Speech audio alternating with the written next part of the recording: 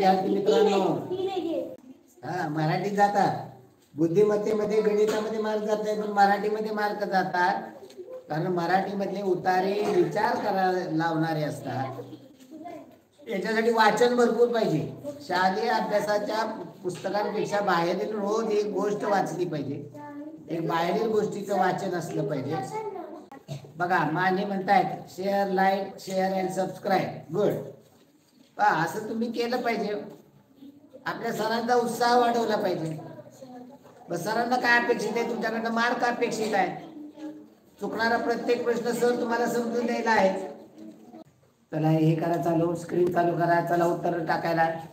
Lakshmi Devi Jaipur. Okay, good evening. चला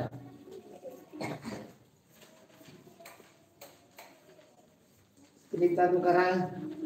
काठी कुठे गेली? चला पहिला प्रश्न पहा. आपल्याला वेळ कमी आहे. 1 ते 4 मध्ये डाव्या बाजूला आकृती दिलेली आहे, उजव्या बाजूला उत्तर आकृत्या दिलेल्या आहेत. प्रश्नाच्या आकृतीची हुबेहूब तुलना हवी. एक कुठली गोष्ट पाहायची. एका गोष्टी लक्ष करा. आयत या ठिकाणी नाही, हा पर्याय कट होईल. ओके. त्यानंतर पहा वरचं हे चिन्ह, या ठिकाणी आधीचं चिन्ह नाही येते. थोडस बाजूला मागे पुढे सरून आहे. आता या ठिकाणी पर्याय एक तर दोन मध्ये चिन्ह नाहीये. 3 आणि 4 मध्ये पहा, या ठिकाणी कंस आहे, म्हणजे हा जाईल. उत्तर पर्याय क्रमांक 3 येईल. उत्तर पर्याय क्रमांक 3 आहे. ओके. अजून उत्तर टाकत चला. रिवा. ओके 72. रिवा शेख 90 मार्क वरती टाकलेत. 72 प्रश्न. ओके बरोबर बरोबर. गुड. छान. बुद्धिमत्तेमध्ये 40 पैकी 40 आहेत.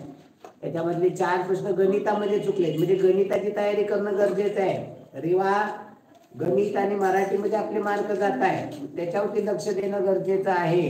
ओके. चला दुसरा प्रश्न पहा. या ठिकाणी सेम हुबेहूब पाहिजे आपल्याला. या कंसावरनं पहा. दुसरा पर्याय कट होईल, तिसरा पर्याय कट होईल. आता राहिला पहिला आणि चौथा. फरक काय याच्यामध्ये? एकाच बाजूला दोन्ही, एक इकडे डावीकडे, एक उजवीकडे. आपल्याला काय पाहिजे? डावीकडे उजवीकडे. तेव्हा पर्याय क्रमांक 4 येणार आहे. ओके. सायंटिफिक आपले विचार असले पाहिजे, त्याला वैज्ञानिक आधार असला पाहिजे, नुसती उत्तर नाही. तर ते कसं सोडवायचं लक्षात आलं पाहिजे. त्याला मोठा टिपका पहा. त्या टिपक्यावरून दुसरा पर्याय कट, चौथा पर्याय कट. ओके. राहिला पहिला आणि तिसरा. फरक पहा काय आहे? वरची रेष, वरती गेलेली रेष आहे. अजून आपल्याला वर गेलेली पाहिजे का? नको. हेलिकॉप्टर सारखं पाहिजे. त्यामुळे पर्याय 3 कट होईल. उत्तर पर्याय क्रमांक 1 येणार. चला पुढे. पहा या ठिकाणचा आकार. या रेषेकडे लक्ष द्या. रेष सगळीकडे सारखी आहे, रेषेवरून निघत नाही. या ठिकाणी पहा, वरची रेष छोटी आहे, खालची रेष मोठी आहे. इथे खालची रेषच नाही, हा पर्याय कट होईल. दुसऱ्या तिसऱ्या चौथ्यात आहे. आता फरक या ठिकाणच्या आकारामध्ये पहा. हा महिरपी कंस याला म्हणायचं. महिरपी कंस. आपल्याला महिरपी कंसावर कोणते पर्याय कट होईल? चौथा पर्याय कट होईल. राहिले कोणते? राहिले पर्याय कोणते? 2 आणि 3. इथलं या रेषेवर कट केला होता. आता 2 आणि 3 मध्ये फरक शोधा. 2 आणि 3 मध्ये फरक काय आहे?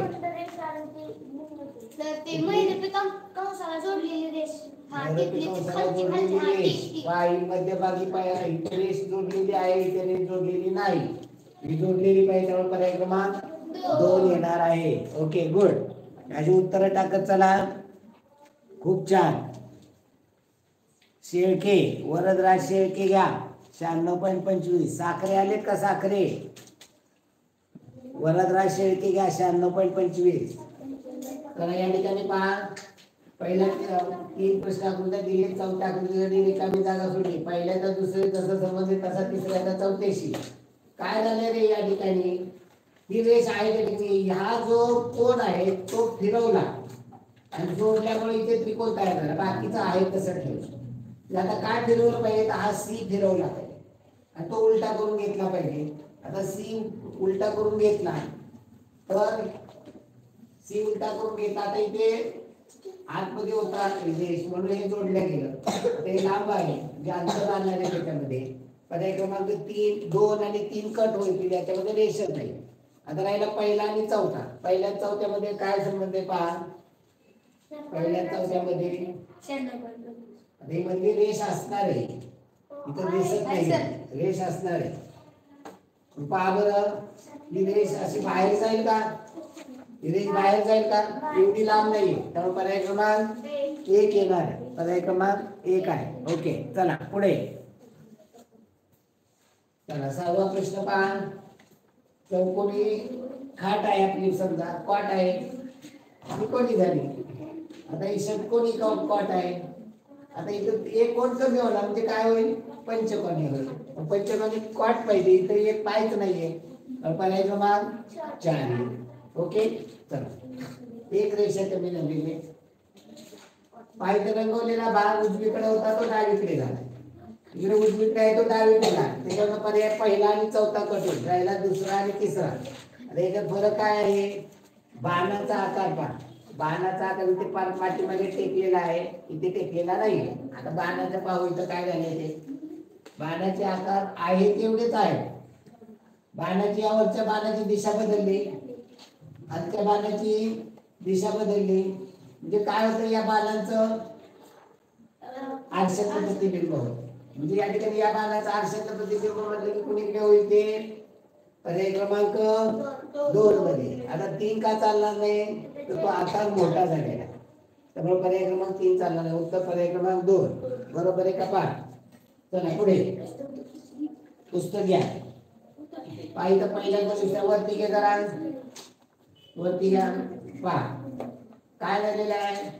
याच्यामधला वरचा गोल आहे तो खाली घेतला, खालचा आहे ते वर लावले. आरशातलं किंवा असं काही नाही.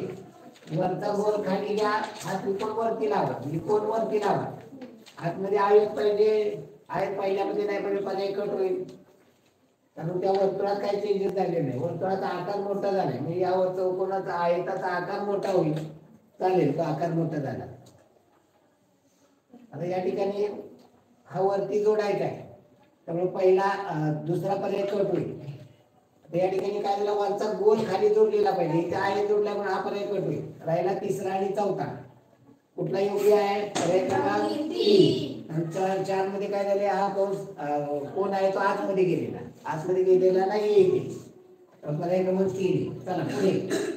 त्याला 9वा प्रश्न. 9 ते 12.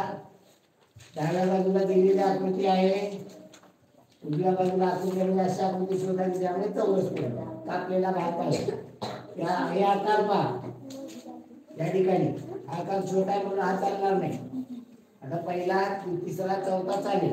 आता या ठिकाणी पहा, हा आकार जोडला तर आकार मोठा होतोय, चौथा पर्याय कट होईल. राहिला पहिला आणि तिसरा, त्यात जास्त योग्य कोणता आहे पहा. कारण इथे रेष दिलेली, असा आकार इथे नाहीये, तर पर्याय क्रमांक 1 येणार आहे. 9वा पर्याय क्रमांक 1. गुड. चला बोलत चला. तर 10वा प्रश्न पहा. 10वा प्रश्न. या ठिकाणी कंस पहा, तो 7 आकारासारखा आहे. वरच्या कंसावरून पर्याय क्रमांक 4 कट होईल. आता या ठिकाणी वरचा आकार वर आहे, खालचा आकार खाली आहे, म्हणजे खालीवर असे आकार पाहिजे. इथे जवळजवळ सारखेच दिले, त्यामुळे तिसरा पर्याय कट होईल. राहिला पहिला आणि दुसरा. आता या ठिकाणी तिरका भाग आहे का? नाही, त्यामुळे पर्याय क्रमांक 2. चला पुढे. 11वा प्रश्न पहा. 11वा प्रश्न. या ठिकाणी कापलेला आकार पहा, या आकारावर पहिला पर्याय कट होईल. आता या ठिकाणी ही रेष पहा, तिरकी रेष पुन्हा सरळ पाहिजे, तिरकी रेष इथे सरळ पाहिजे, त्यामुळे पर्याय क्रमांक 2 कट होईल. तिरकी रेष सरळ, तिरकी रेष सरळ. आता याच्या दोघांमध्ये बघायचं, अँगल पहा व्यवस्थित. हा का लांब आहे, त्यामुळं तू इथे बसणार नाही, त्यामुळे पर्याय क्रमांक 4 येणार. पर्याय क्रमांक 4. चला पुढे. 12 मधला आकार पाहिजे वरती. या ठिकाणी काय पाहिजे? अंतर पाहिजे. या ठिकाणी अशा पद्धतीने रेष तयार झाली पाहिजे, त्यामुळे पहिला कट होईल. आता या पहिला दुसरा तिसरा चौथा बऱ्यापैकी जुळतोय. आता त्याच्यामध्ये व्यवस्थित पहा, कर्व आकार पाहिजे, मागचा आकार पहा, या ठिकाणचा कोणता येईल? पर्याय क्रमांक 3 मध्ये. या अंतरावरून दुसरा कट होईल, दुसऱ्याचा आकार लहान आहे, पहिला कट झाला. आता दुसरा, तिसरा आणि चौथ्यामध्ये चौथा तर जास्त मोठा आकार आहे, त्यामुळे चौथा कडे उत्तर पर्याय क्रमांक 3. चला पुढे 13 ते 16. या ठिकाणी छत्री एक पहा, एक पहा फक्त. चांदणीकडे लक्ष द्या. पहिल्या आकृतीमध्ये वरती आहे, दुसऱ्या आकृती खाली आली, तिसऱ्या आकृती उजवीकडे गेली म्हणजे ती घड्याळाच्या विरुद्ध दिशेने फिरते, त्यामुळे ती वरती पाहिजे. त्याच्यावर पहिला पर्याय करतोय. आता या छत्रीच्या दांड्याकडे लक्ष द्या. छत्रीचा दांडा 45 अंशात फिरतो. या कोपऱ्यात आहे, इथे मध्ये आला, तिसऱ्या आकृती वरच्या कोणात गेला म्हणजे या ठिकाणी वरती पाहिजे दांडा. त्याच्यावरून चौथा पर्याय करतोय. आता राहिला दुसरा आणि तिसरा. फरक शोधा याच्यामध्ये. मधला कंस उलटा सुलटा आहे. कर्व पहा कसा आहे. कर्व दांड्याच्या बाजूला वळलेला, दांड्याच्या बाजूला वळलेला, दांड्याच्या बाजूला वळलेला, म्हणजे दांड्याच्या बाजूला वळलेला तर पर्याय क्रमांक 2 येणार. चला पुढे या ठिकाणी बाण पहा, फक्त बाणाकडे लक्ष द्या. पहिल्या आकृती उजवीकडे आहे, दुसऱ्या आकृती तो वर गेला म्हणजे घड्याळाच्या विरुद्ध दिशेने 90 अंशात फिरतोय. तिसऱ्या आकृतीमध्ये डावीकडे आला म्हणजे चौथ्या आकृतीमध्ये खाली पाहिजे. खाली बाण सर्वत्रच आहे. आता हा घंटीचा आकार पहा. घंटी वाजवायची, घंटीचा आतला असेल तसं. पहिल्या आकृती खाली आहे, दुसऱ्या आकृती या कोण्यात गेलं म्हणजे 55 अंशात फिरला. आता पुढे ते 90 अंशात, इथनं पुन्हा इथे गेलं म्हणजे पुन्हा 55 अंशात फिरलं, म्हणजे घड्याळाच्या विरुद्ध दिशे, घड्याळाच्या दिशेने ते 55 अंशात फिरत आहे. पहिला तर सरळ होतं, नंतर 55 अंशात झालं, पुन्हा आडवं झालं, म्हणजे अशा पद्धतीने होतं. या वरच्या कोपऱ्यामध्ये म्हणजे डाव्या बाजूला वरच्या कोपऱ्यामध्ये त्याच्यावरून आपल्याला पहिला पर्याय कट होतोय. बघा तिसरा चौथा कट केला. आता राहिला दुसरा तिसरा फरक आहे टिंब भरलेला आणि मोकळा. आपल्याला कसा पाहिजे टिंब? पहिल्या भरलेला, दुसऱ्या तिसऱ्या, म्हणजे आता कसा पाहिजे पर्याय क्रमांक 3. चला पुढे या ठिकाणी परीक्षा नळीचा आकारामध्ये काय होते का? लहान मोठा होतो काय? नाही.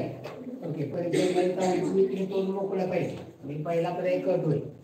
ओके, आता या रेषा पहा. पहिल्या आकृतीत खाली, दुसऱ्या आकृतीत वर, तिसऱ्या आकृतीत खाली म्हणजे वरती पाहिजे, सगळीकडे आहे.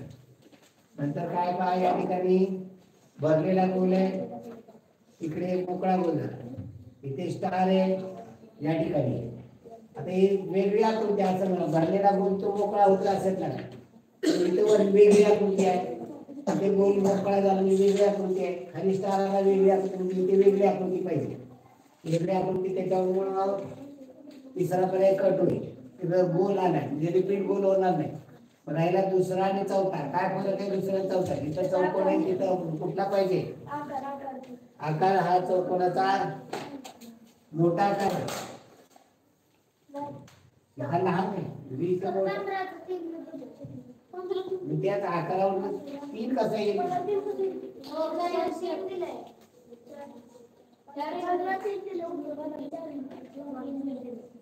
या ठिकाणी स्टार झाला रे, या ठिकाणी भरलेला आहे, पोकळ झाला, स्टार झाला, म्हणजे वेगवेगळी आकृती येते, तर इथे वेगळ्या वेगळ्याच आकृती आहे.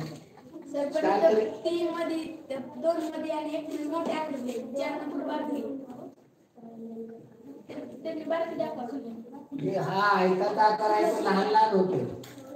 त्यामुळे माझ्याकडे पर्याय क्रमांक 4 योग्य आहे. 4 आहे, 4. चला पुढे रेषा मोजा. 4 2 6 रेषा आहेत. इथे जे त्रिकोण आहे त्याला 6 रेषा देतील. चौकोनावरती 8 रेषा आहेत. पंचकोनावर किती रेषा आहेत? 3 3 6 4 10. म्हणजे जेवढ्या रेषाची आकृती त्याच्या दुप्पट रेषा पाहिजे. इथे पहा षटकोन किती रेषा पाहिजे? 12 आहेत का? आहे. इथे षटकोन किती रेषा आहेत? 2 4 6 8 7 14. नाही चालणार. पंचकोन तर नाही चालणार. षटकोन आणि 12 रेषा पाहिजे. इथे किती आहेत? 3 2 5 2 7 2 9 2 11 2 13. हे चालणार नाही. तर पर्याय क्रमांक 1 येणार आहे. चला पुढे. चला मार्क कुणाचे आलेत का? नाही. तर या ठिकाणी पहिल्याचं दुसऱ्यामध्ये आरशातलं प्रतिबिंब म्हणजे याचा आरशातलं प्रतिबिंब इथे तिरकी रेषी चौकोनात गोली. पर्याय क्रमांक 1. जो आकार पाहिजे इथे रेष एक्स्ट्रा दिलेली, ही रेष चालणार नाही, अशी रेष पाहिजे. भरलेला टिंब दिला म्हणून हा गट उत्तर पर्याय क्रमांक ए. चला पुढे 18वा. पहिल्याचं तिसऱ्या पाण्याचं प्रतिबिंब म्हणजे याचं पाण्याचं प्रतिबिंब या रेषा सरळ येतील खाली त्या ठिकाणी त्रिकोण पाहिजे या रेषेपर्यंत या रेषेपर्यंत पाहिजे म्हणून हा पर्याय कट होईल. या रेषेपर्यंत पाहिजे तर हा पर्याय कट होईल. इथे वेगळा दिलाय त्यामुळे पर्याय क्रमांक 2 येणार आहे. 18चं 2. उत्तर टाकत चला. मोरकाने घ्या. 98.50 मोरकाने पडत नाही. मोरकाने 98.50 पडत नाही. किती मार्काने एक प्रश्न चुकतो. चला आता नवीन असेल तर ठीक आहे आपण करू. आपण पहिला प्रश्न करतोय काय या ठिकाणी पहिल्या तो दुसऱ्यामध्ये आरशातला आहे म्हणजे इथं आरशामध्ये भरीव गुण पाहिजे. पहिला पर्याय भरीव गुण नाही म्हणून कटोय. या ठिकाणी काटकोन तयार झाला पाहिजे म्हणजे इथे चौकोन पाहिजे. इथे कर्व वगैरे नाही चालणार. इथे जास्त खाली आलेला म्हणून हा पर्याय कटोय. करायला दुसरा आणि तिसरा याच्यामध्ये फरक पहा. गड्डी बाहेर जाणारी पाहिजे इथं आहे तर तिरकी रेषेला हा पर्याय कटोय. उत्तर पर्याय क्रमांक 3 येणार. चला 20वा प्रश्न घ्या. त्रिकोण पार पहिल्या ते दुसऱ्यामध्ये आरशातला आहे. इथं आरशात येणारे हा गोल पूर्ण होणारा आणि परीक्षा नळी पाहिजे. खाली टेकलेली नको. इथे टेकलेली म्हणून हा पर्याय कट.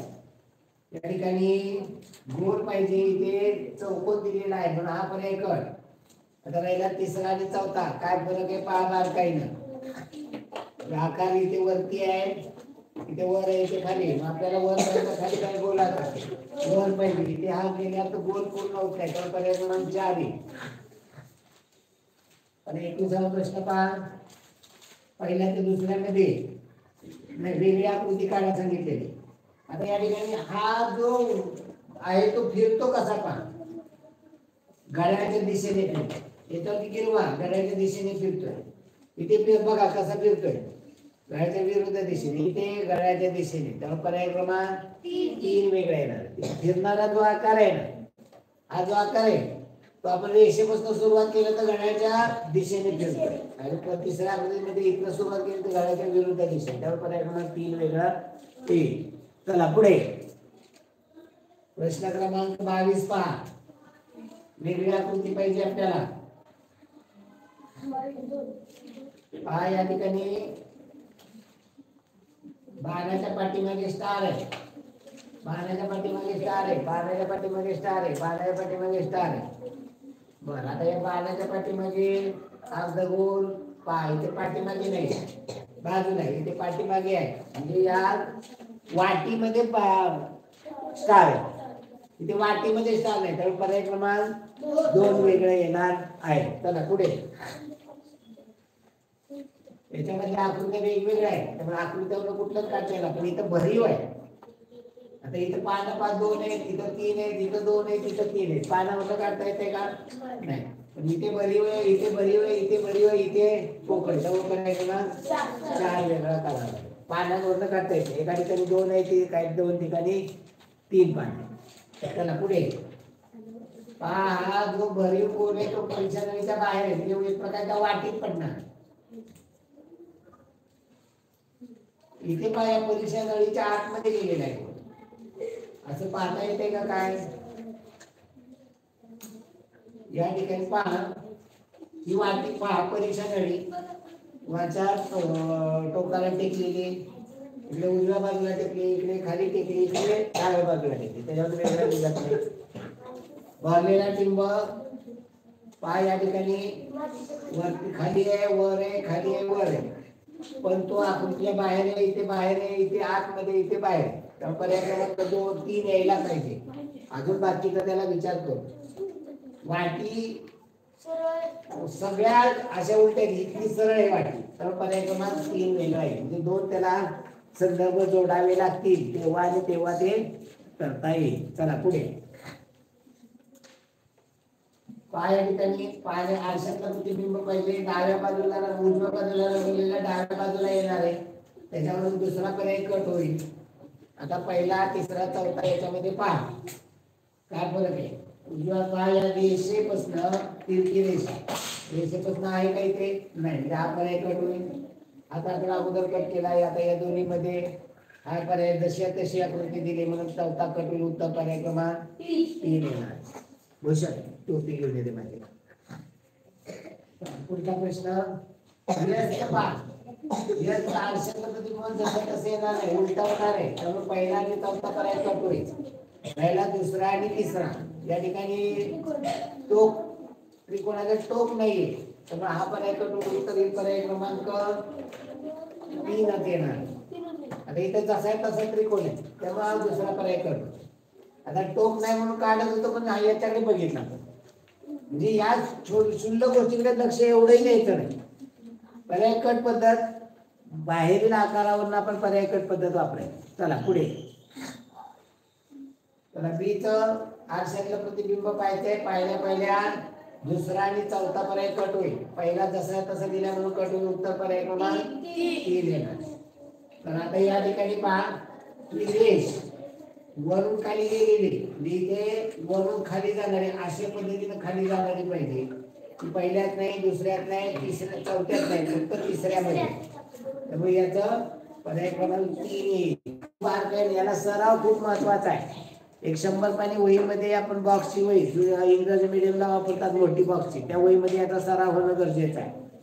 चला पुढे. वरून घडी केलेली, वरून खाली घडी घातली. घडी घातल्यानंतर फक्त इथे कापलेले, अजून पुन्हा घडी घातली नाही. ही वरती उघडलं, या ठिकाणी अजून आहे चिपकेले, ही वरतीच आहे. या ठिकाणी दोन्हीकडे पाहिजे आणि वरती गेलेलं फक्त पर्याय क्रमांक 4 मध्ये. चला पुढे. 30वा प्रश्न पहा. 30वा प्रश्न, वरून खाली घडी घातलेली आहे, उजवीकडून डावीकडे घडी घातलेली. या ठिकाणी गोल कापलेला आहे, इथं त्रिकोण कापलेला आहे, इथं आयत कापलेला आहे. जेव्हा इकडे उडेल तेव्हा इथे त्रिकोण तयार होईल, या आयताला आयत चिकते. हा गोल या ठिकाणी, याच्यावर पर्याय कोणता कट होईल पहा. इथे दोन्हीकडे त्रिकोण, याचं इथं वरती दिल्याने हा कट होईल, चौथा कट होईल. राहिला पहिला आणि दुसरा. याच्यामध्ये फरक काय पहा. जेव्हा हे वरती घेतलं जाईल तेव्हा या गोलाच्या वरती पाण्याचं प्रतिबिंब इथे नाही दिलेलं म्हणून हा पर्याय कट होईल. इथे त्रिकोणाचं वर प्रतिबिंब दिलं नाही मग हा कट होईल. आता हे त्रिकोण खाली नाही येत म्हणून हा कट होईल. उत्तर पर्याय क्रमांक 1 येणार. चला पुढे. 31वा पहा. पहिल्यांदा कापलेलं आहे, नंतर तिरकी घडी घातली. आता ते कापून गेलं. तिरकी घडी घातल्या म्हणजे खालनं वर तिरकी घडी घातल्या, या ठिकाणी त्रिकोण कापलेला आहे आणि या ठिकाणी गोल कापला. जेव्हा हे उघडले तेव्हा या त्रिकोणाला त्रिकोण जुळला म्हणजे या चौकोन तयार झाला. कोणत्या आकृतीत आहे, फक्त पर्याय क्रमांक 4. आता हा जो आहे हा गोल कापलेला इथे नाही झाला, तिरकी घडी, त्यामुळे हे टोक या ठिकाणी टेकतं, ही बाजू इकडे टेकते, त्यामुळे हा येते. या ठिकाणी दोन्ही अर्ध गोल असतात आणि मग हा कापलेला वरचा आयत दिसायला सुरुवात होते. त्यामुळे पर्याय क्रमांक 4. चला पुढे.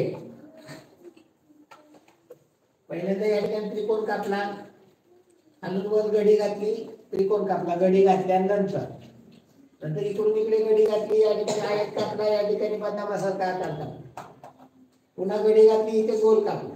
जेव्हा ही घडी उघडेल तेव्हा या सगळीकडे गोल होणार. या गोलवरून दुसरा तिसरा पर्याय कट होतो.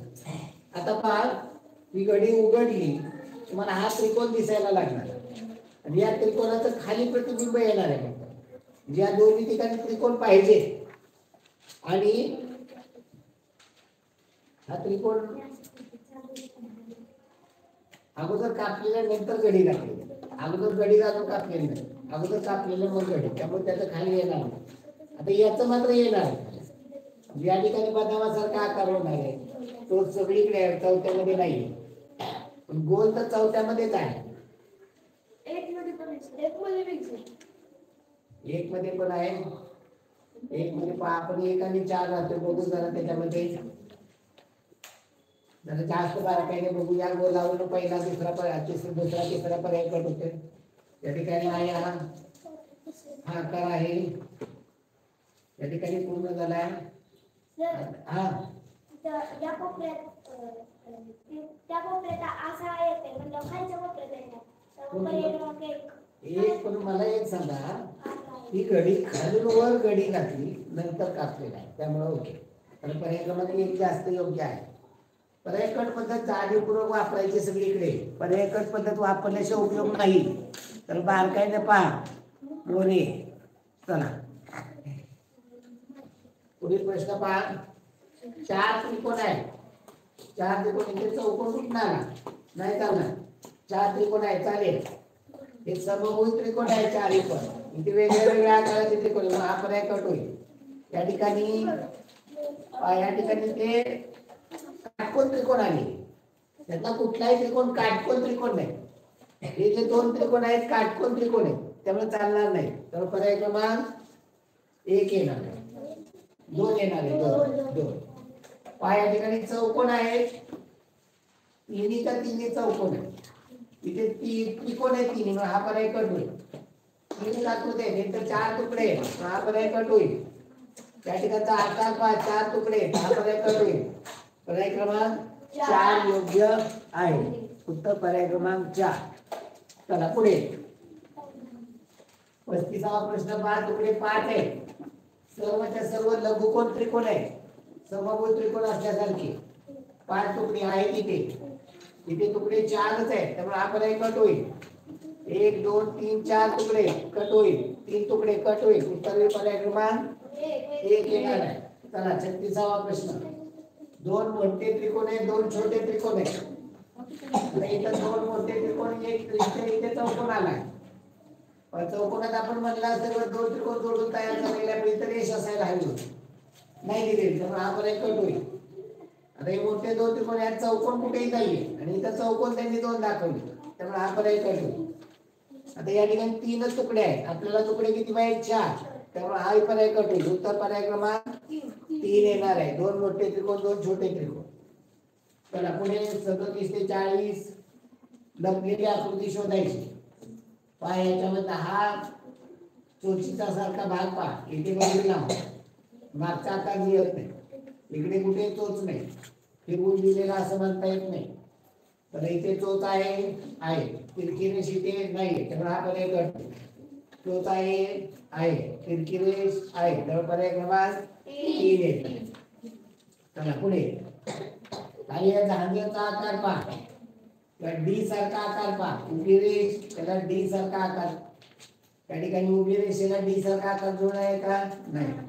त्या ठिकाणी डी ला पहा ज्या पद्धतीने पाहिजे तसा डी आहे का? आकार आहे का? नाही. या ठिकाणी पहा आहे का तसा आकार? नाही. या ठिकाणी पहा बरं थांबायचे काय वर घेतलं. या ठिकाणी पहा बरं या ठिकाणी ही तिरकी रेष उभी रेष.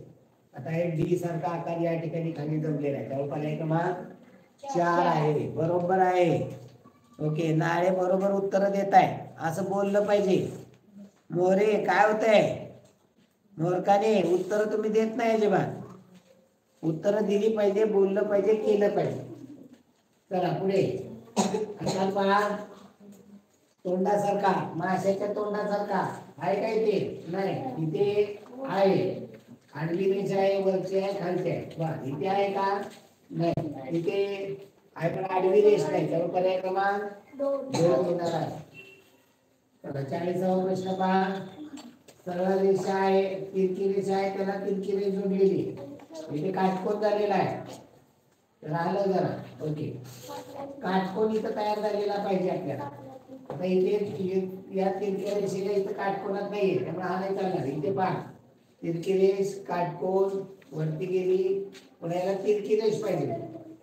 इथे जमेल का? पहा नाही इथे पण जमत नाही. आपण हे कट होतो. इथे पहा तिरकी रेष गेली वर गेली खाली तिरकी रेष. तर या ठिकाणी तिरकी रेष जी आहे ती ज्या पद्धतीनं पाहिजे तिथे खालची रेष म्हणता येईल. आपण पुढे पाहू. आता येते उत्तर पण बाकीचं तुम्ही चेक केलं पाहिजे. तिरकी रेष वर गेली खाली इथे त्याला तिरकी रेष पाहिजे त्यामुळे पर्याय क्रमांक 3 मध्ये पहा या ठिकाणी तिरकी रेष आडवी काटकोनात तिरकी गेली खाली आडवी रेष पर्याय क्रमांक 3. चला पुढे 41 ते 60 याच्यामध्ये गणित आहे. गणिताकडे आपण पाहूया. चला बंद करा.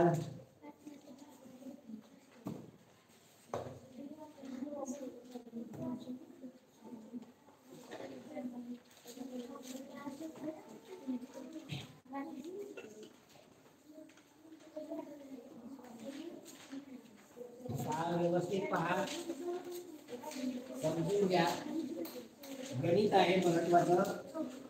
गणित विषयामध्ये आपल्या मोठ्या प्रमाणात मार्ग जात आहे. हे गणित पाहणं त्याने ट्रिक समजून घेणं. नुसतं गणित पाहणं बी गरजेचं नाहीये, तर त्या ट्रिक समजून घेणं गरजेचं आहे. चला गेले पुस्तक ओके असं पान नंबर किती आहे रे?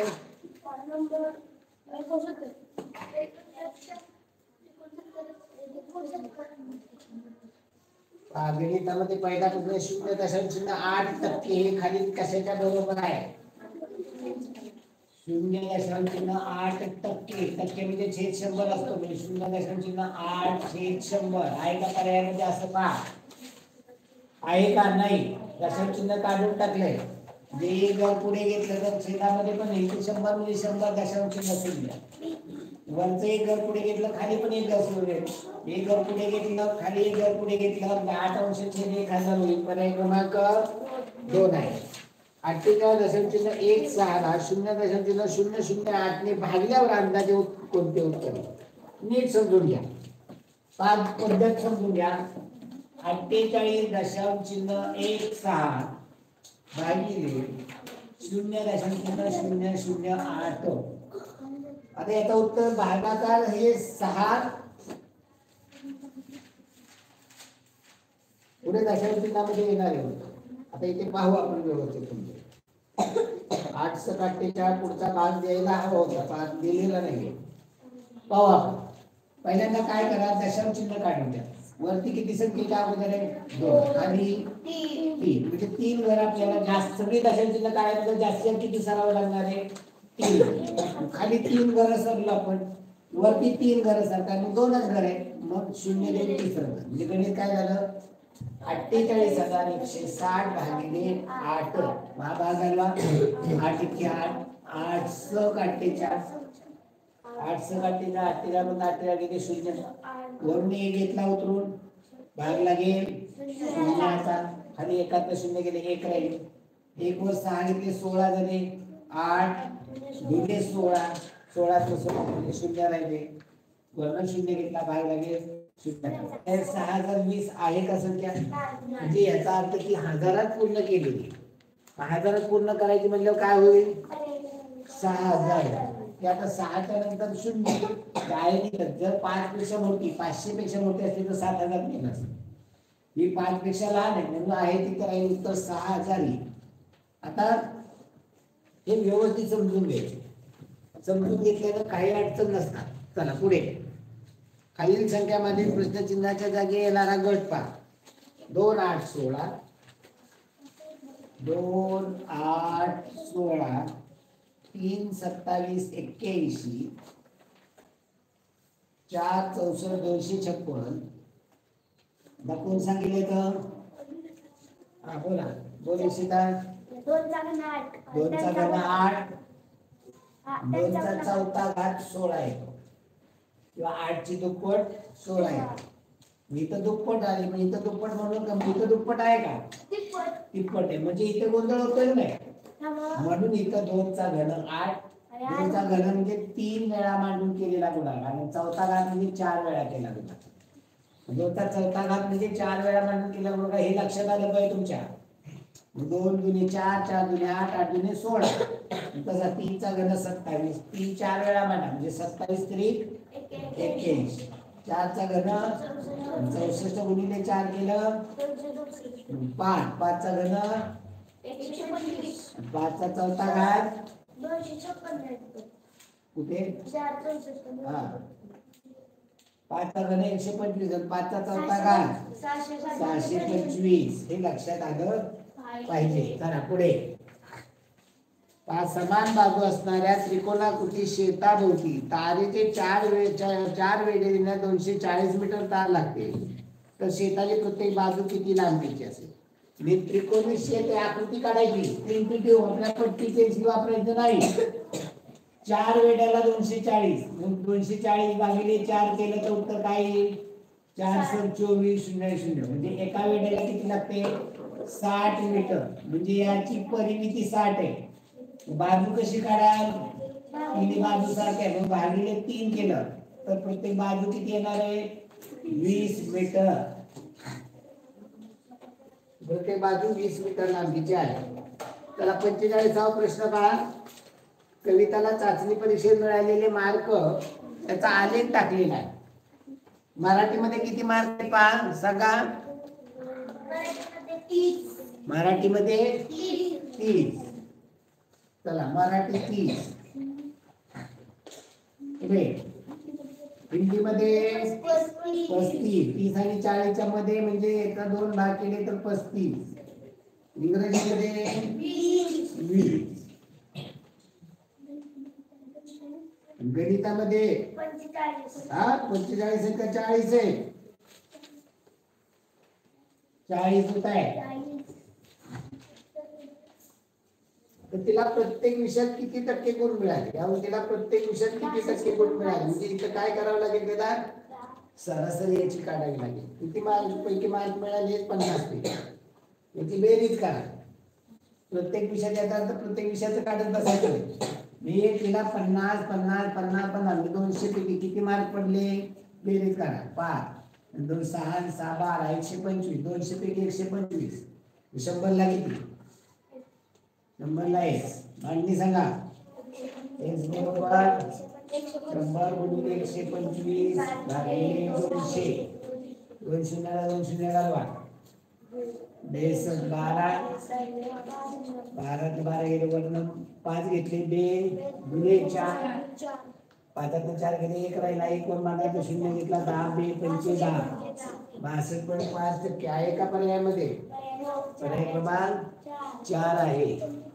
मोरकाने काय म्हणताय? 40 3 39 2. ओके. भंडारे 39 2. चला आता गणित सुरुवात केली आपण. मेन गणितावर लक्ष द्या. पूर्ण गणित व्यवस्थित समजून घ्या बाळांनो. मला एका कापड दुकानदाराने प्रत्येकी 140 रुपये दराने 30 शर्ट, प्रत्येकी 180 रुपये दराने 25 पॅन्ट खरेदी केल्या. वाहतुकीसाठी 70 रुपये खर्च केले. त्याने सर्व शर्ट पॅन्ट सकट 175 रुपये दराने विकले तर नफा किंवा तोटा होईल. 140 रुपयाने 30 शर्ट म्हणजे खरेदी किंमत किती येईल? 140 गुणिले 30. 2 शून्य मांडून टाका. हा एक 6 शून्य 14 3 4. शर्टची खरेदी किंमत किती आहे? 4200. पॅन्ट 25 खरेदी केले 180 रुपये दराने. 180 रुपयाने 25 पॅन्टचे किती पैसे होतील? हा शून्य मांडून टाका. 25 8 200 शून्य 20 25 1 25 20 45 4500. आता हा दुकान आणण्यासाठी 70 रुपये खर्च केला. हा खर्च खरेदीमध्ये लागला पाहिजे. एकूण खरेदी किंमत किती झाली? 8770. आणि या सगळ्या वस्तू शर्ट पॅन्ट सगळे एकाच माणसाने घेतल्या. सरसकट 175 रुपयांनी या सगळ्या वस्तू विकल्या. म्हणजे 175 गुणिले किती केलं पाहिजे? 55. 175 गुणिले 55. हा 5चा पाडा 55चा पाडा म्हणत बसू नका. 5 ने गुणा. 5 5 25 5 2 5 35 230 5 5 3 8. आता 5 ने गुणले 875 येणार आहे. मग पुन्हा गुणत बसायची गरज आहे का? डायरेक्ट फक्त इथं शून्य झाले 875 जशा तशी लिहून टाका. 875 म्हणजे इथं विक्रीची किंमत किती येणार आहे? 0 5 5 7 7 5 1200 2 1 7 1 8 8 1600 6 1 9625 ही विक्रीची. खरेदीला 8770 गेले. खरेदीपेक्षा किंमत जास्त मिळाली का कमी मिळाली? जास्त मिळाली. म्हणजे काय झालेलं आहे? आपल्याला नफा झालेला आहे. 9625 वजा 8770 किती नफा होते बघा. 5 शून्य गेले 5. अजून बऱ्याच जणांना विमानाच्या आजची पद्धत लक्षात येत नाही. समजून घ्या. सराव पहा. मी रेग्युलर वापरतोय. आपल्या घरामध्ये एखादी वस्तू संपली की आपण दुकानला जात नाही, शेजाऱ्याच्या जातो मागायला, त्याच्याकडे उसना आणतो. आणल्याने त्यांची वस्तू त्यांना परत देतो. तसं इथं करायचं. 2 मधलं 7 जात नाही. मनाचा हातचा घ्या पुढच्या घरात खाली देऊन टाका. इथे आता 2 होते. हातचा घेतल्यावर 12 झाले. 12 7 गेले 5 राहिले. आता इथं 7 मनाचा हातचा गेल्यामुळे 8 झाले. 7 8 जातात का? मनाचा हातचा घ्या पुढल्या घरात देऊन टाका. 16 8 गेले 8. 9मधनं हे 8 आणि 9 गेले, 9मधनं 9 गेले 0. 855 रुपये काय झालाय नफा झालेला आहे. पर्याय क्रमांक 3 आहे. चला सोबतच्या आकृतीत रेखांकित भागाचे क्षेत्रफळ आता 2 पद्धतीने तुम्हाला समजून सांगतो. लक्षात घ्या, समजून घ्या. 45वा प्रश्न इथे तुकडे करून आपण करू शकतो किंवा दुसरी एक पद्धत आहे ती समजून घ्या. पहा आकृती काढतो मी. 2 सेंटीमीटर आहे.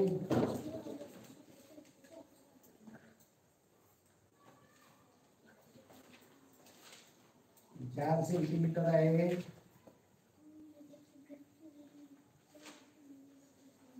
माप पहा 2 सेंटीमीटर, 4 सेंटीमीटर आहे. 8 सेंटीमीटर आहे. 6 सेंटीमीटर आहे. संपली माप. इथे 4 सेंटीमीटर आहे. आता या ठिकाणी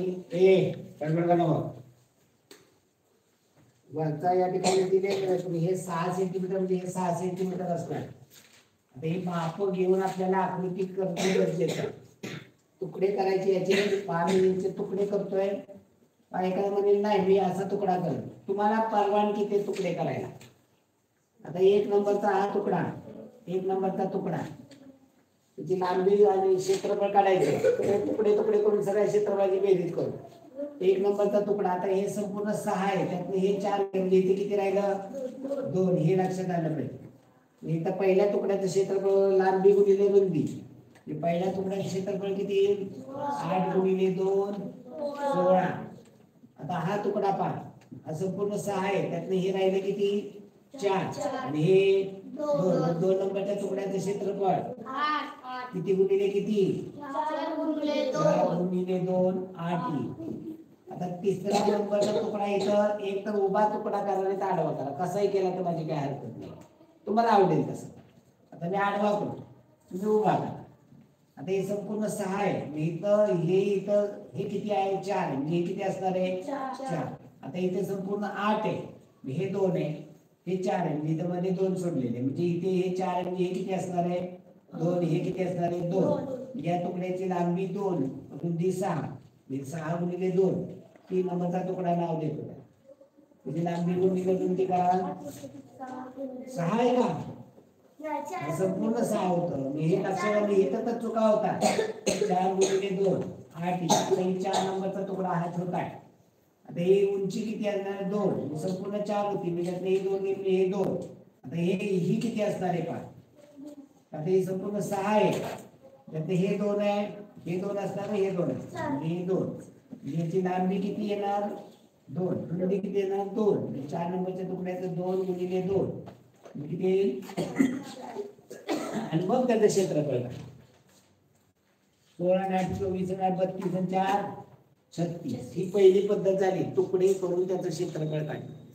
आता दुसरी पद्धत पहा की ज्यामध्ये आकृती बंदिस्त करणे आणि त्याचं क्षेत्रफळ काढून त्यातनं मधला जो कोरा भाग आहे त्याचं क्षेत्रफळ वजा करणे. आता मी आकृती बंद करतो, ही बंद केली आपण.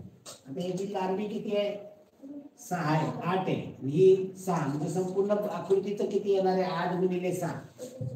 8 गुणिले 6 48. आता मला या भागाचं कमी करायचं. आता हा संपूर्ण बंद केला तर आता याच्यात सरळ करता येते. तुकडे केल्याशिवाय याचंही जमत नाही आपल्याला. फक्त 2च तुकड्यामध्ये जमले. किंवा या ठिकाणी मी हा एक तुकडा असा करतो आडवा. आता हे तुकडे पहिले सोडून द्या, पहिले लक्ष करू.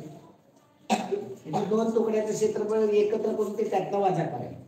आता ही लांबी किती आहे 4. आता ही किती असेल ते 2 असेल. 4 गुणिले 2 पहिल्या नंबरचा तुकडा, याला पहिला नंबरचा तुकडा नाव देतो.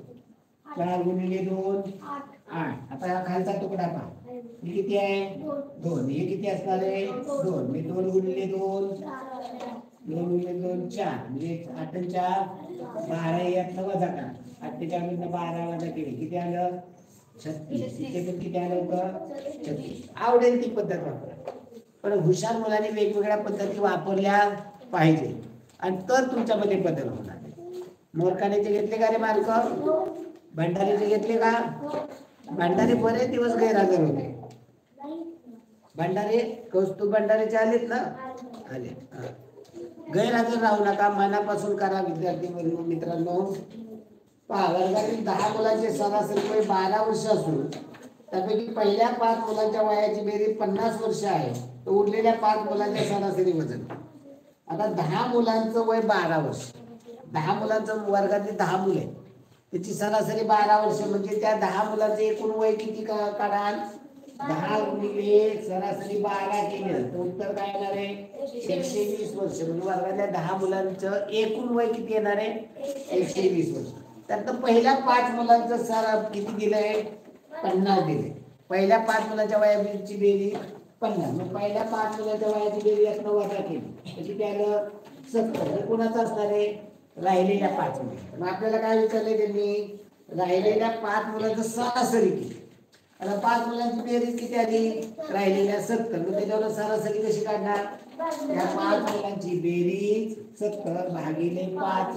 5 एके 5, 2 राहिले बाकी 2 0 20, 5 चोक 20. सरासरी किती येईल? 14. राहिलेल्या 5 मुलांची सरासरी 14. चला पुढे घ्या. तेजसची एका आठवड्याची मजुरी, तेजसची एका आठवड्याची मजुरी 350 रुपये असते.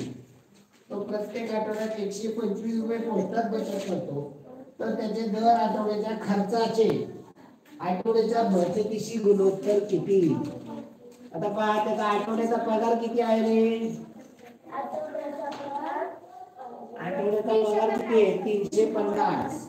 म्हणजे इथे पहा, समजून घ्या, 350 रुपये पगार आहे, 125 रुपये तो बचत करतोय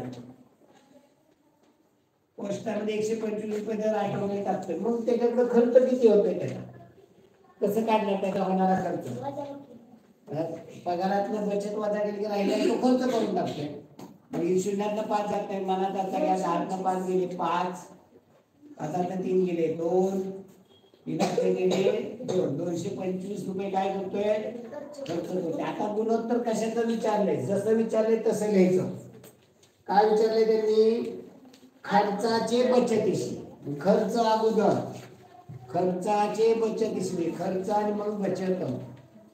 खर्चाचं 225, बचत 125, खर्चाचे बचतीशी बनवतो. संक्षिप्त रूप द्या. कशाने पाच आहे? 25 ते 25 पाडे 5 पाहिजे त्याला. 25 9 25 2, 25 5 25 असे.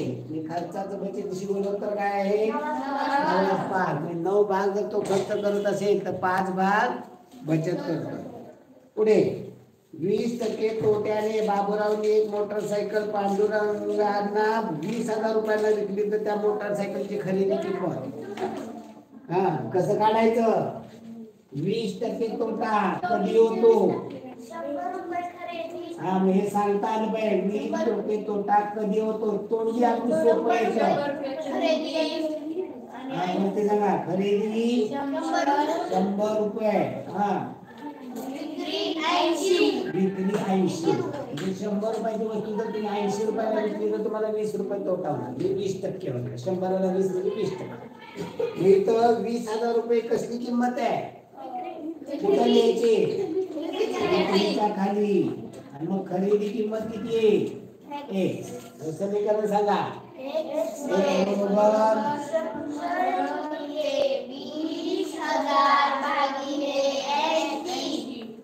एका शून्याला 1 शून्य घालवा, 8 निघालवा, 8 दुने 16, बाकी राहिली 4 शून्य घेतले, 8 पंचे 40, वरचा शून्य 40 मध्ये 40 शून्य, वरचे 0 250 गुणिले 100. हा 1 शून्य, हे 2 शून्य, 1 2 3 शून्य, 25 एके 25,000 आले ना तुझं. मी कसं झालं? 25,000 येते. 25,000 चे 20% होते, म्हणून तर हे चुकतं. तुम्ही काय केलं? 20,000 चे 20% काढले आणि ते त्याच्यामध्ये ऍड केली. बरोबर का नाही? इथं कसं सोडवायचं आलं का लक्षात? जेव्हा एवढा टक्के नफा होतो, एवढे टक्के तोटा होतो, तेव्हा अशी पद्धत आहे. 20% तोटा कधी होतो? 100 रुपये खरेदीची वस्तू 80 रुपयाला विकली आणि मग 100 रुपयाची 80ला विकली म्हणजे इथं 20,000 रुपये विक्रीची किंमत दिल्यामध्ये विक्री खाली यायची सोडायची. एकदम सोपं आहे. पण ही भांडणी कळली नाही की मग तुझ्यासारखं चुका होता. 20,000 रुपये खरेदीची किंमत असते, 20% तोटा म्हणला तर मग 20,000चे 20% काढायचे, 4,000 वजा केले असते. पण तुम्ही 20,000चे 20% काढले, त्यामुळे तुमचं चुकलेलं आहे. पुढे पहा. 17,325 चे मूळ अवयव कोणते? 17,325 चे मूळ अवयव. 17,325 मूळ अवयव काढायचे, मूळ संख्येने भागाला व्हायचं. 2 ने जातो का? नाही जात. 3 ने जाईल का? 7 ने 8, 3 11, 12 13 18. बेरजेला 3 ने जातो म्हणजे 3 ने जाणार. जोपर्यंत 3 ने जातो तोपर्यंत 3 ने घालायचा. 3 ने जात नाही तेव्हा मग पुढे बघायचं. 3 5 15, बाकी राहिली 2 3 येते 23, 3 7 21, 23 मध्ये 21 गेली 2, 2 घेतले 22, 3 7 21 राहिली 1, 1 5 15, 3 5 15. आता जातोय का 2 ने? नाही. 3 ने जातोय का? 23 7 2 14 24 जातोय. चला 3 1 3, बाकी 2 7 27, 3 27, 3 2 6, 1 राहिली 3 5 15. बघा 3 ने जातो का? 9 ने 10, 12 5 17 म्हणजे 3 ने जात नाही. मग 5 ने 1 आणि 5 म्हणजे 5 ने जाणार. चला 5 3 15, 19 मधलं 15 गेले, 4 2 घेतले 42, 40 43, 40 गेले 2 5, पुन्हा आता बघा 5 ने करावं लागेल. 5 7 35, 3 राहिले 5 7 35. आता किती ने जाईल? 7 ने. 7 1 7, 7 1 7 आणि मग 11 1 11.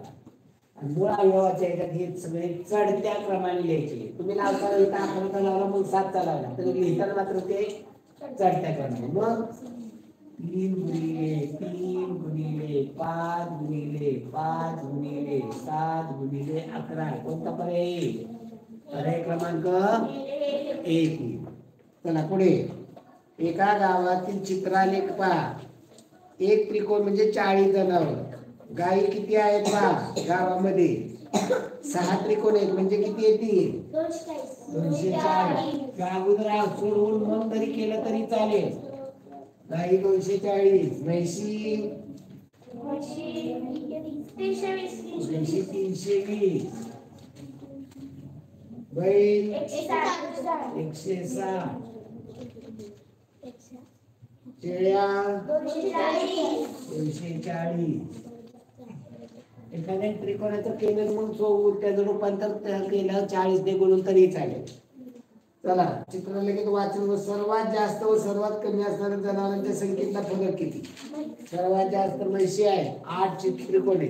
सगळ्यात कमी बैल आहे, किती आहे? 4 आहे. 8 तर 4 गेले 4, 4ची 40, 4 160 रुपये. 160 जनावरांचा फरक येतो. पुढे एका सप्ताहाच्या दिवसाची मिनिटे किती? एका सप्ताहामध्ये दिवस किती असतात? 7. या 7 दिवसाची मिनिटं करायची. एका दिवसाची मिनिट माहिती आहेत का? किती? एका दिवसाची. बरोबर, गुड. आता ज्याला माहित नाही त्याने काय करायचं? आठवड्याचे दिवस 7. मग 7 दिवसाचे तास किती होते? एका दिवसाचे किती तास? 24. 24 गुणिले 7, 24 7 168 तास. आणि याची मिनिटं करायला याला गुणिले 60. हा शून्य मांडून टाका खाली.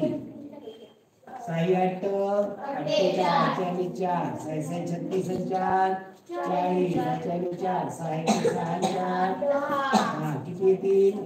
10,080. आता त्याला पाठ आहे पहा. आपण पाठांतरामध्ये घेतो की दिवसाचे तास किती, मिनिटं किती होतात?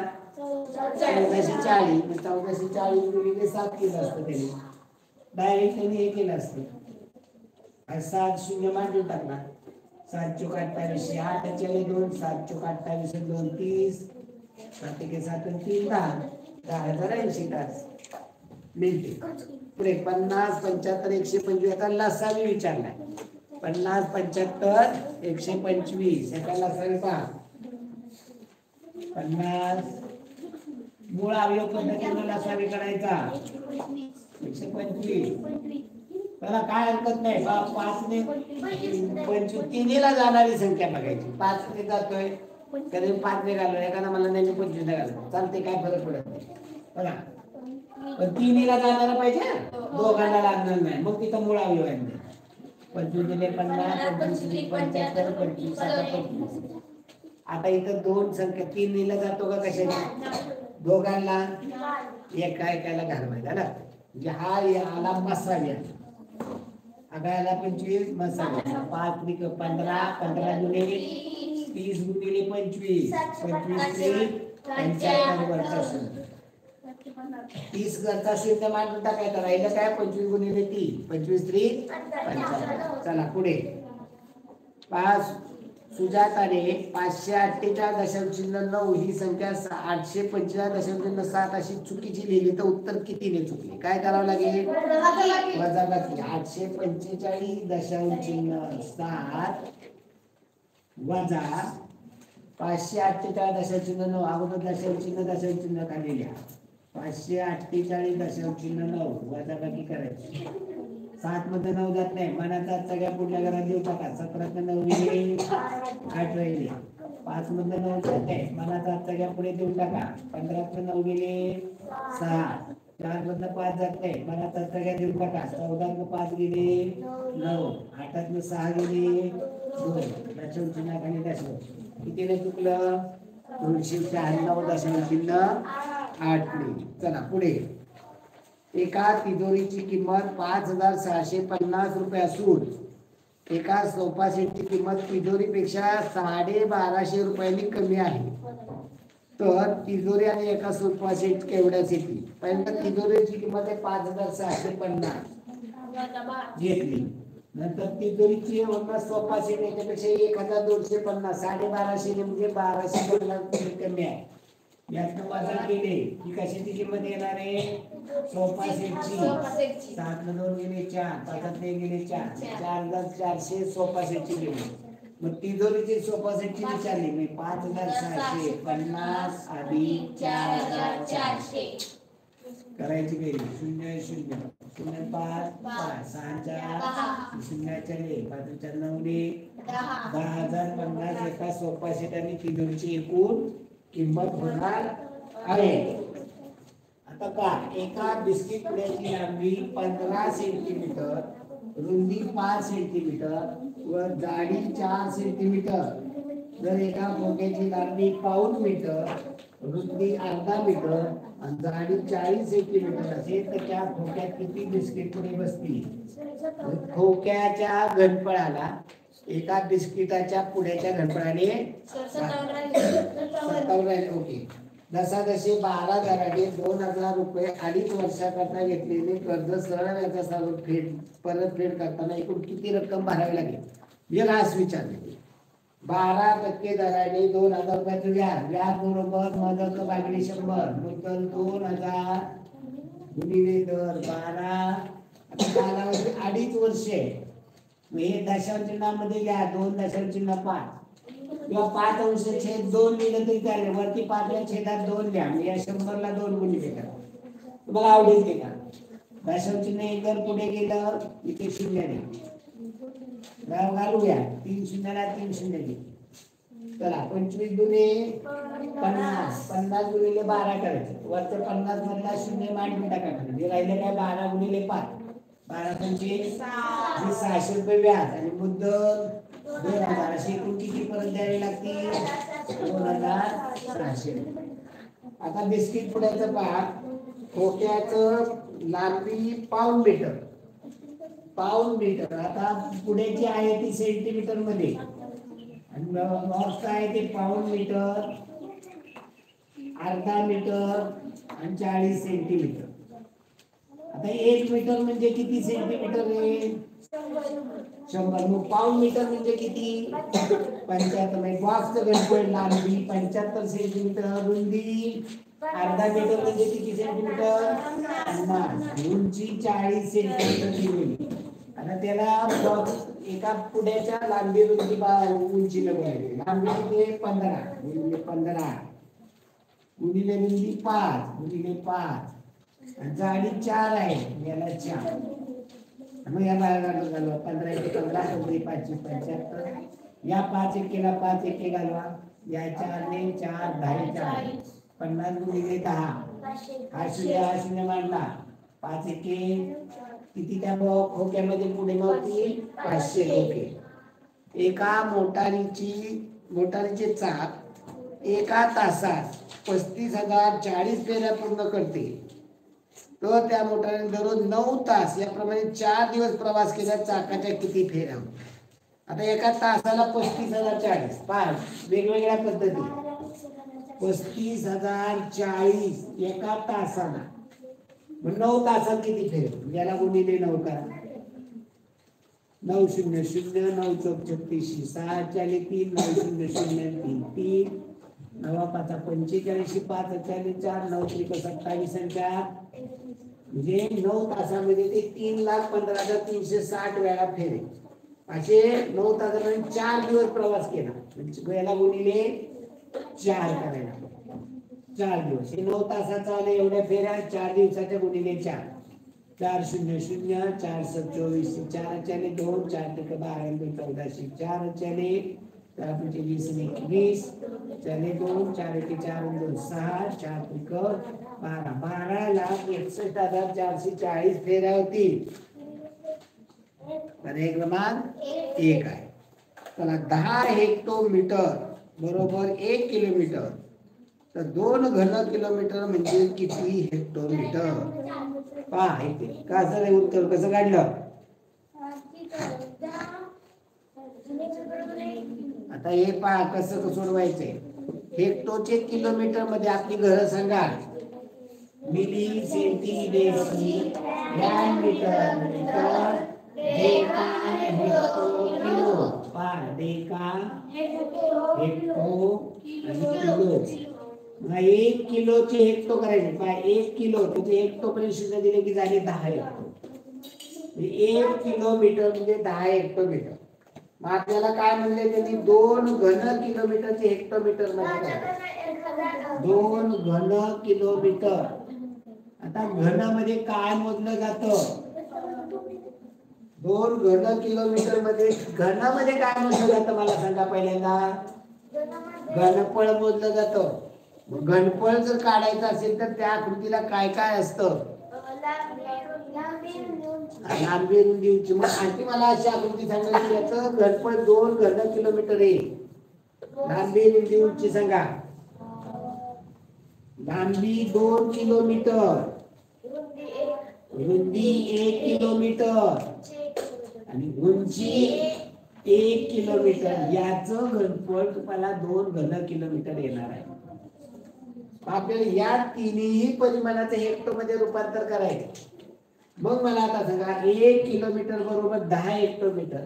2 किलोमीटर म्हणजे किती हेक्टोमीटर? 20 हेक्टो. 1 किलोमीटरचे हेक्टो सांगा. 10 हेक्टो. 1 किलोमीटरचे हेक्टो सांगा. 10 हेक्टो. आणि मग इथं आता हेक्टो करावं. हेक्टो घन हेक्टोमीटर इथं खाली लिहा. घन हेक्टोमीटर. आता गुणाकार कशाचा करायचा सांगा? 20 गुणिले 10 गुणिले 10 गुणिले गुणिले 10 गुणिले 10 गुणिले. तर म्हणजे तुझा जोडीदार अरे ढवळ्या शेजारी पवळा बांधला तरी लागलाय ना. चला 20 गुणिले 10 गुणिले 10 20 गुणिले 10 20 10 200 गुणिले 10 2000 हे घन हेक्टोमीटर. उत्तर काय येईल? 2000 घन हेक्टोमीटर. पर्याय क्रमांक 4. चला मराठीचं सुरुवात करूया आता. मराठीचं पहा सगळ्यात जास्त महत्वाचं गणित आहे.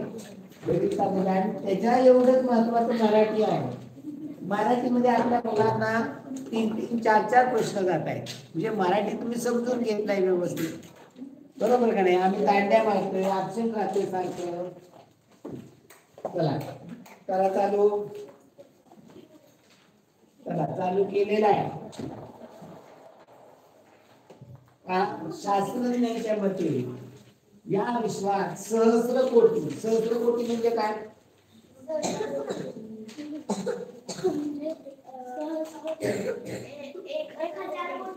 सहस्र म्हणजे हजार. 1 कोटी आपल्याला माहिती आहे आकडा. 1 कोटी म्हणजे एकावर किती शून्य? बघा आम्हाला सांगायला येणार लगे मोठा मस्त आहे. एकक, दशक, शतक, हजार, दशहजार, लक्ष, दशलक्ष, मग कोटी येते. मग कोटीमध्ये 1 मांडलं तर किती शून्य आली? 7 शून्य. आणि 100 कोटी बनले 1000 कोटी. मग या 7 वरती पुन्हा 3 शून्य मग 1 लिहिली. म्हणजे एकावर 10 शून्य. एवढ्या सूर्य मालिका असतील, म्हणजे एवढे सूर्य आहेत अवकाशात. आपल्याला सगळ्यात जवळचा एकच सूर्य माहिती, बाकीचे सूर्य लुकलुकताना फक्त दिसतात. म्हणजे 1000 या सूर्यापेक्षा कितीतरी पटीनं मोठे, फक्त ते खूप लांब आहे त्यामुळे ते आपल्याला जाणवत नाही. 1000 कोटी एवढे सूर्य अवकाशामध्ये आहे. त्यातला सगळ्यात जवळचा आपला हा आहे सूर्य, म्हणून त्यापासून उष्णता वगैरे मिळते. त्या प्रत्येक सूर्याभोवती त्याची सूर्यमाला आहे. जसं आपल्या सूर्याभोवती फिरणारे 9 ग्रह, 8 ग्रह, उपग्रह मिळून ही सूर्यमाला तयार झाली. ही आपल्या या सूर्यमालेतला कोणताही ग्रह दुसऱ्या सूर्याकडे जात नाही. हे सगळे या सूर्याभोवती सगळे फिरतात. अशा 1000 कोटी सूर्य अवकाशात या सूर्यमालेच्या बाहेर आहे. हे आपलं फक्त या सूर्याभोवतीच आहे तेवढं. चला पुढं. तर सूर्यमालिका अस्तित्वात नसून प्रत्येक सूर्यमालिकेत 1000 कोटी तारे असतात. अशा एका सूर्यासारख्या तेजस्वी ताऱ्याभोवती 9 ग्रह फिरत असतात. यावरून पृथ्वीच्या सूक्ष्मतेची कल्पना करता येईल. या पृथ्वीवर मनुष्य प्राणी किती सूक्ष्मतर आहे याची जाणीव झाल्यावर मानवी कर्तृत्व किती व्यापक आहे याची कल्पना सहज करता येईल. ही पृथ्वीची व्याप्ती मनुष्य दर मिनिटास 158.3 या प्रमाणात लोकसंख्या वाढून विस्तारित आहे. या पृथ्वी तलावरील अन्न संपत्तीच्या विषम वाटणीमुळे पृथ्वीवर रोज अनेक उलाढाली होत आहेत. परंतु ब्रह्मांडाच्या विस्तारात त्याचे स्थान नगण्य आहे. तर दर मिनिटाला किती जन्म होत आहेत?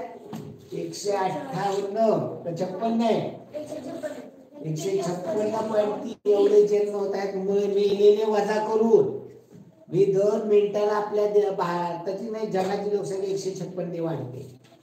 तर विश्वाच्या दृष्टीने पृथ्वी केवढी आहे? अगदी सूक्ष्म सुईच्या टोका बसली होती विश्वाच्या याने पाहिजे तर.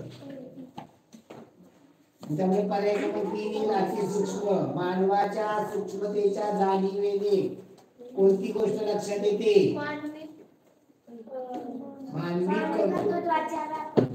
मानवी कर्तृत्व किती व्यापक आहे याची, म्हणजे मानवी कर्तृत्वाच्या व्यापकतेची. पर्याय क्रमांक 4. पृथ्वीवर रोज कशामुळे उलाढाली होतात? असंपत्तीच्या विषम वाटणीमुळे. काही श्रीमंत आहे तर ते खूपच श्रीमंत आहे, अगदी सोन्याच्या चमच्याने खाल्ले तरी काय जाणार संपणार नाही एवढं. काही जण एवढे गरीब आहे की त्याला 2 टायमाचं अन्न देखील मिळत नाही. पुढे ब्रह्मांडाच्या विस्तारात कशाचे स्थान नगण्य आहे? पृथ्वीवर उलाढालीची. सर्व सूर्य मालिकात एकूण किती तारे असतील? आता इथं एका ह्याच्यात म्हणजे 1000 कोटी झाले. आणि मग किती झाले? काय दिले उत्तर? अगणित दिले. का दिले अगणित? तर आपल्या इथं खाली घ्या, तुम्हाला दाखवतो त्याचं उत्तर कसं काढायचंय ते. काय म्हणले?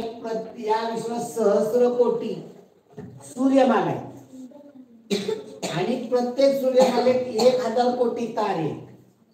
1000 कोटी गुणिले 1000 कोटी सहस्र कोटी, याचा गुणाकार केल्यावर किती होईल बघा. ती संख्या पण आपण वापरू शकत नाही, त्यामुळे हे अगणित सांगितलेलं आहे. चला पुढे. डोम कावळ्याच्या आकाराचा हा पक्षी शहरी व ग्रामीण भागात सहज सर्वत्र दिसतो. पाठ काळी कुळकुळीत चमकदार, पंख तांबूस पिंगळ, तर शेपूट लांब रुंद काळ्या रंगाची, काहीशी लांब मजबूत चोच आणि लाल रुंद गुंजेसारखे डोळे ही भारद्वाज पक्षाची वैशिष्ट्ये. मनुष्य वस्तीच्या आसपास बागांमध्ये माळराना हा पक्षी आढळतो. उंदीर, साप, सरडे, बेडूक, नागतोडे आणि इतर पक्ष्याची अंडी हे या पक्षाचे खाद्य. फेब्रुवारी सप्टेंबर या काळात जरा वरती राहिलं जरा फेब्रुवारी सप्टेंबर या काळात हा पक्षी स्वतःचे घरटे बांधतो. पाने आणि काटेरी झुडपांवर अथवा त्याच्या बुंद्याजवळ गोलाकार मडक्याच्या आकाराच्या घरट्याला एका बाजूने दार असते. हा पक्षी खूप खूप खूप असा सर्वत्र घुमणारा आवाज काढतो. नेहमी जमिनीवर अथवा कंपाऊंडच्या भिंतीवर फिरणारा हा पक्षी काही वेळ झाडावरही आणि त्या फांद्यामधून फिरताना आढळतो. भारद्वाज पक्षाचे वर्णन आहे. वरील उतार्यात सर्वत्र आढळणारा पक्षी असा कोणाचा उल्लेख केलेला आहे? भारद्वाज पक्षाचा. बाकीचे पण पक्षी सगळे आढळणार, पण उतार्यात कोणाचा आहे? भारद्वाज. आणि म्हणजे भारद्वाज पक्षाचं असत्य विधान म्हणजे चुकीचं विधान कोणतं? तो कावळ्यासारखा काळा कोळीत आहे. त्याची शेपूट लांब व रुंद आहे. तो प्राण्यांची देखील अंडी खातो नाही. तो कावळ्याची अंडी खातो म्हणजे पक्ष्यांची अंडी खातो. प्राणी खाली काय बरं, एक मिनिट बघू आपण. तो दोन कावळ्याच्या आकाराचा. दोन कावळा आणि कावळामध्ये फरक आहे. कावळा लहान आकारात असतो, दोन कावळा मोठ्या आकारात असतो. नंतर काय म्हणले त्यांनी? पार घरटे बांधतो पाण्याचा. त्याची शेपूट लांब रुंद, त्याची पाठ काळी कुळकुळीत चमकदार, पंख तांबूस पिंगळ. म्हणजे पाठ काळी कुळकुळीत असते का? तर असते. तो काय करतो पहा, मनुष्याच्या भागामध्ये माळाला उंदीर, साप, सरडे. उंदीर, साप हे काय आहेत रे? उंदीर, साप, सरडे, बेडूक हे काय? सरपटणारे प्राणी आहे. ते काय? पक्षी नाही. नंतर काय म्हणजे नागपूर आणि इतर पक्ष्यांची म्हणजे सगळ्या पक्ष्यांची अंडी हा खातो. मग या आता प्रश्नावरती पण मला सांगा, त्याच्या कुळकुळीत रंग संपूर्ण कुळकुळीत आहे का? फक्त पाठ काळी कुळकुळीत आणि बाकीकडे कसा त्याचा रंग आहे? तांबूस करणारा रंग आहे. ओके, त्यामुळे पहिला प्रश्न चुकीचा आहे. तुझे तांबूस पिंकट पंख आहे का सगळा काळा कुळकुळीत आहे? कावळ्यासारखा नाही. तो दोन कावळ्या एवढा मोठा आहे. साध्या कावळ्या आहेत का नाही का? दोन कावळ्या त्यापेक्षा मोठा. त्याचे गुंजेसारखे डोळे, मी लाल भडक गोड डोळे असतात गुंजेसारखे. त्याचा खूप खूप आवाज तो येतो. ते बरोबर आहे. त्यामुळे पहिलं चुकीचं आहे. त्याचा संपूर्ण काळा कुळकुळीत नाही. चला पुढे. कोणत्या गोष्टीमुळे भारद्वाज पक्षी लांबून देखील आपल्या लक्षात येतो? कोणत्या काळात भारद्वाज पक्षी घरटे बांधत मग्न असतो? इथे पहा कुठला दिले उत्तर. पहा कुठल्या महिन्यात त्यांनी सांगितले वरती पहा. कोणत्या महिन्यामध्ये? फेब्रुवारी ते सप्टेंबर. फेब्रुवारी मध्ये उन्हाळा असतो. फेब्रुवारी, मार्च, एप्रिल, मे पण आपला कडक उन्हाळा असतो. जून, जुलै, ऑगस्ट, सप्टेंबर काय असतो? पावसाळा. म्हणजे उन्हाळा आणि पावसाळा या काळामध्ये तरी पावसाळा उन्हाळा उलट उन्हाळा पावसाळ्यामध्ये पावसाळा उन्हाळा लिहिले. चला, कोणत्या गोष्टीमुळे भारद्वाज पक्षी लांबून देखील लक्षात येतो? खूप खूप खूप आवाजामुळे. तुम्ही जर कधी दुपारचं शांतपणे बघितलं तर खूप खूप खूप असा आवाज येतो. त्यामुळे तो भारद्वाज पक्षाचा आवाज ओळखता येतो.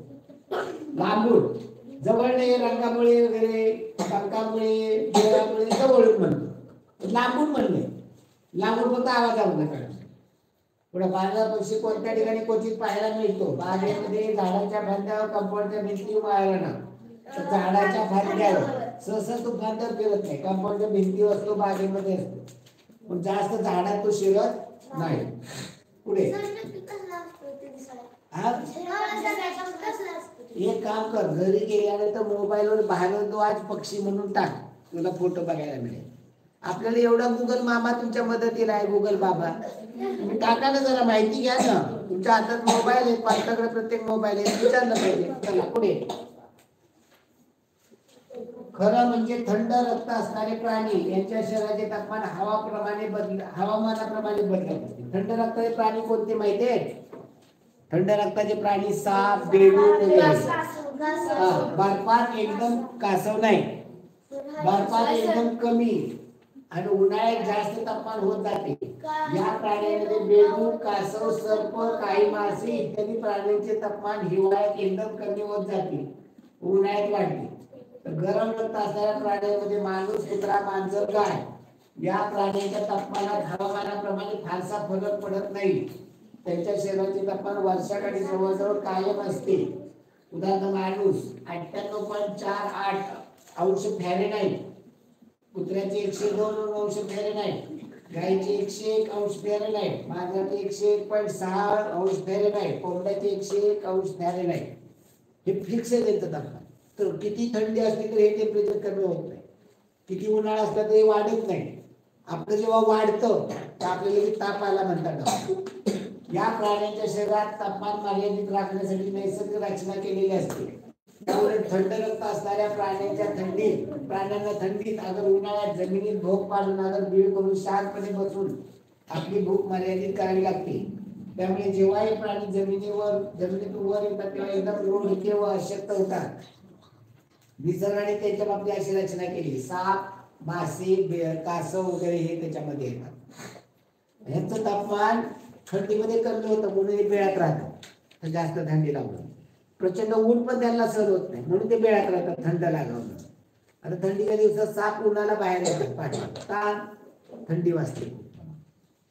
हवामानानुसार कोणाच्या शरीराचे तापमान बदलते. कुणाचे बदलते? थंड रक्ताच्या प्राण्याचे बदलते. माणसाचे वगैरे उष्ण प्राण्याचे हे फिक्स राहतं. प्राण्याचे उष्ण रक्त प्राण्याचे मानवाचे कधीच बदलत नाही. हिवाळ्यात कोणाचे तापमान एकदम कमी होते तर बेडूक, कासव, साप.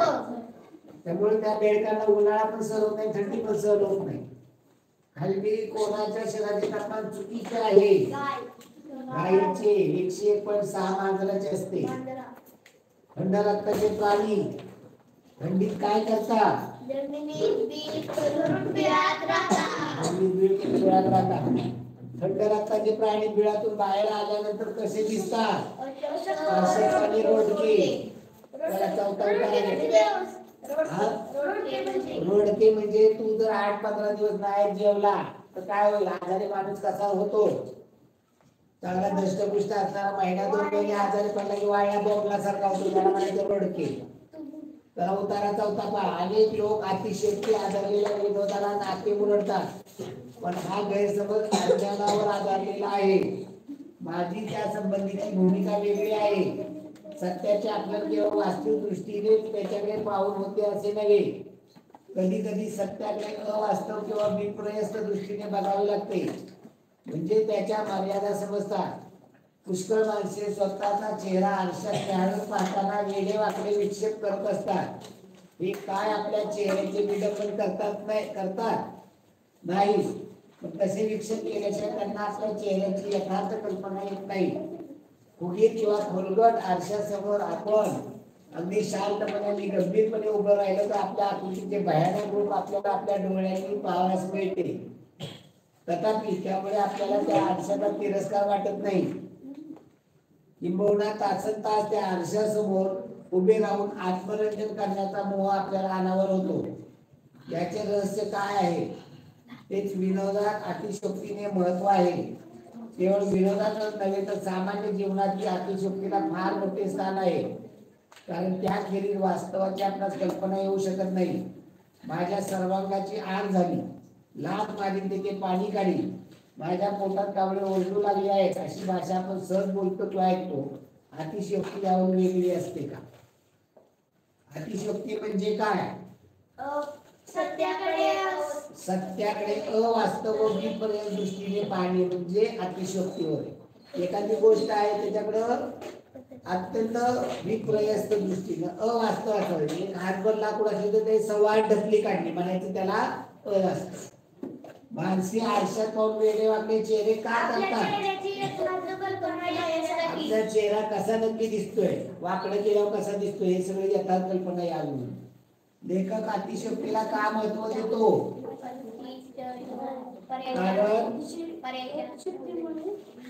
कारण अतिशयोक्तीमुळे वास्तवाची कल्पना येते. एकोणाची पोटात कावळे ओरडणे म्हणजे काय? भूक भूक लागणे. आणि शेवटचा पहा, लाट मारी तिथे पाणी काढेल याचा अर्थ आपल्या स्वकर्तृत्वावर विश्वास असणे, की मी काही झालं तर मी स्वकर्तृत्वाने करून दाखवी, याला म्हणायचं लाट मारी तिथे पाणी काढेल. ओके, धन्यवाद मित्रांनो.